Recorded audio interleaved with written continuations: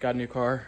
This is the car that I'm building for next year, which by next year it could be middle of season by the time it's done. It may not even be done, but the plan is to have it done for next season and to replace the car I'm currently driving. And we'll kind of go into why real quick. But this video won't be out for a long time. I just know that I'm going to want to document it. And if I put it out, I might not. But I'll show you guys. Quick story on the car. This car was sitting in a storage unit for 15 years. It was basically built. It was supposed to get a small block Chevy put in it. And I don't know why it never got finished, but it got put in a storage unit and literally moved out. Or it's been in the storage unit for 15 years and it just came out of storage. The guy that owned it moved to Texas. I know a guy, or I happened to be Facebook friends with a guy, and he messaged me and was like, hey, I see you drift E36s and stuff. Do you want this car? Like $250, come get it. I'm like, that's a no-brainer. I could literally sell the hood for $250. So didn't really even ask any questions about the car. He sent a couple pictures. I wanted to make sure it wasn't rusty because that's what I was looking for, was a not rusty car. And he said, it's super solid. Come get it. I was like, all right, great. So we went and got it, and here it sits now. The car actually has a super sick paint job, which it almost feels wrong to even cover it up, but obviously it's going to get wrapped pink. But it is nice to know that underneath the wrap there is a decent paint job. It's for sure like a Mako paint job or something, because they didn't tape anything off literally anywhere. Under the hood is probably the worst part. I'll show you guys that in a second. But basically, car has a molded wide body, which is actually pretty sick. I hate wide body anything, and I even hate this looking at it, but I'm gonna see if I can make it work, because it would be nice to have like a clean car with no fiberglass panels on it. Like you can see, it's molded back here. And I feel like it doesn't look terrible. I feel like it mostly looks bad because it has stock wheels and stock suspension on it. So I already like test fitted some wheels up, and to see if I can make it look good, and it kind of looked decent. So we'll see. Worst case scenario, we pull these off. We could probably even sell these, and then we have to cut this out, and then we just put overs on it, which is no big deal. So back here immediately, everything looks super clean. I mean, it's came with like 2 sets of headlights, OE headlights. Well, actually, I shouldn't say OE because I don't know. I don't think they are OE actually. But 2 sets of E36 headlights. Has these super ricey taillights. Came with a bunch of spare stuff. The whole interior's in here. Super ricey headlights. So in the interior, it's pretty much tore apart. You can see no back seat. Basically it's got a dash in it, and it has carpet in it, and it was a tan interior car, unfortunately, but doesn't matter because we're gonna strip all this out. This car is gonna get a full cage, full interior respray, full engine bay respray. Like, I want to make this car super, super nice, because I'm capable of building a nice car. And the E36 I've just been band-aiding together. It's a clapped out piece of shit. I actually hate it. I don't know if anyone knows that I hate it, but I hate that fucking thing because it's so clapped out. But I just haven't had a good opportunity to really build a new car. It's kind of hard to do if you're trying to also drive. And I feel like now is a good time to kind of build a new car. We're going to do a different drivetrain, like different motor combo, and hopefully make a little bit more power, which I hate saying, because I feel like everyone's like, I need more power. But I think it's time.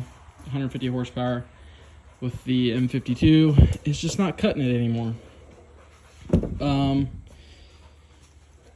So we got all that. It is a sunroof car, unfortunately.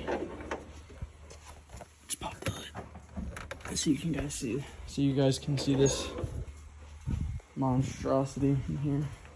When I was saying that they did not tape off anything, I mean literally anything at all. So this is going to be a nightmare. I'm going to have to pull literally everything off and paint it black again and or replace it.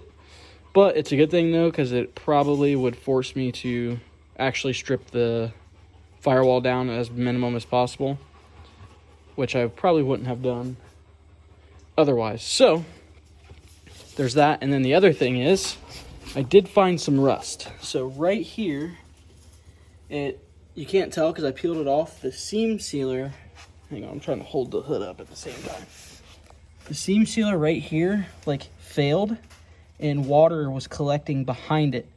And so it started some rust right there, which I've already went through with a hammer and kind of verified. The rust is literally right here. It doesn't go anywhere farther. There's no rust on this tower or anything. And it doesn't seem like there's anything sketchy going on with the tower ever being replaced or anything. So I'm not really worried about it. I think today I'm gonna cut out some of this metal and start trying to do some CAD, cardboard aided design, to get a piece of metal back in here. Not a huge deal. I'm really not sweating it. Obviously, there is the potential to find more rust once we pull the carpet out, but looks like the floors and everything are super clean. Everything on the car looks super clean. I think that was just like a freak deal because of the seam sealer failing. Actually, now that I'm looking at it, seam sealer on this tower versus this tower is totally different. So maybe there is a chance that this tower was replaced, but I doubt it because I feel like my E36 has the same seam sealer on it, same style. But the car was a 4-cylinder car, which kind of sucks because that means I gotta get a whole rear suspension for it, but not a big deal. And it has all of the extra brackets that the normal inline 6 wouldn't have. Another unnecessary but cool factor of this car is it has been bad shaved, which you can see some of the Bondo cracking here. Not really that big of a deal, but I don't know how I really feel about it. I feel like it makes the hood look longer, but I don't know. Definitely not gonna unshave it, that's for sure. It's a lot of work. They also shaved the trunk. There is no push latch and there is no badge pins. So that's I kind of like that. I'll be honest. I'm a big fan of that. So the trunk will have to have some quick releases or something. There's no typical rust in here. These usually rust out like crazy. They're super clean. Whether it was cut out and replaced at one point, who knows? It actually looks like it might have been with these tack welds. So not something I really care about because it's gonna get, bumped on walls and stuff. But yeah. The other thing is I don't plan on doing the whole fiberglass rear on this car. I'm gonna cut the trunk floor out and cut a lot of the structure out and leave it towards just 2 frame rails and basically the back quarters. The reason I don't want to do the fiberglass rear is because it looks like shit. I hate my car because of it. I think I would almost rather straighten metal every time it gets mangled than deal with the fiberglass stuff. It just looks like shit. Like, you'll spend a bunch of time trying to get it to fit up perfect, and the minute it gets touched or moved, it's back to square one. The fiberglass breaks, then you don't have all the mounting points. The big duck club shit fits like shit, it looks like shit.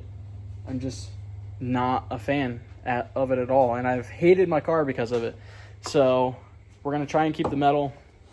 Hopefully I can keep it out of the wall. I know that's asking a lot, but yeah, so that's the plan with that. I think pulling some of that structure out will help with the whole rear end tweaking, and it'd be a little bit easier to pull it back out if and when it inevitably does get bent up. So I think the plan is today is to just start stripping the interior completely free, pull the dash. I want to get all the glass out of the car, cut that rust out and start getting that kind of sorted. and just kind of, pull the doors off. Just get good eyes on the bones of the car, maybe even pull the fender off, see under there, and just basically start getting this thing down to its bones so that way we can build back up. Probably not going to record all that. I just wanted to record the first initial getting the car. Not even sure I'm going to like film the whole build or anything.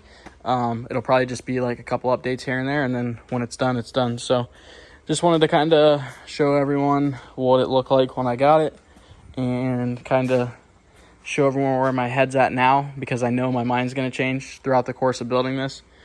It's just like how the dually was. I had my mind set on a certain way, and then I did it completely different. So yeah, this is it. This is the new 2024 drift car. So pretty excited, and I'll see you guys when I see you guys.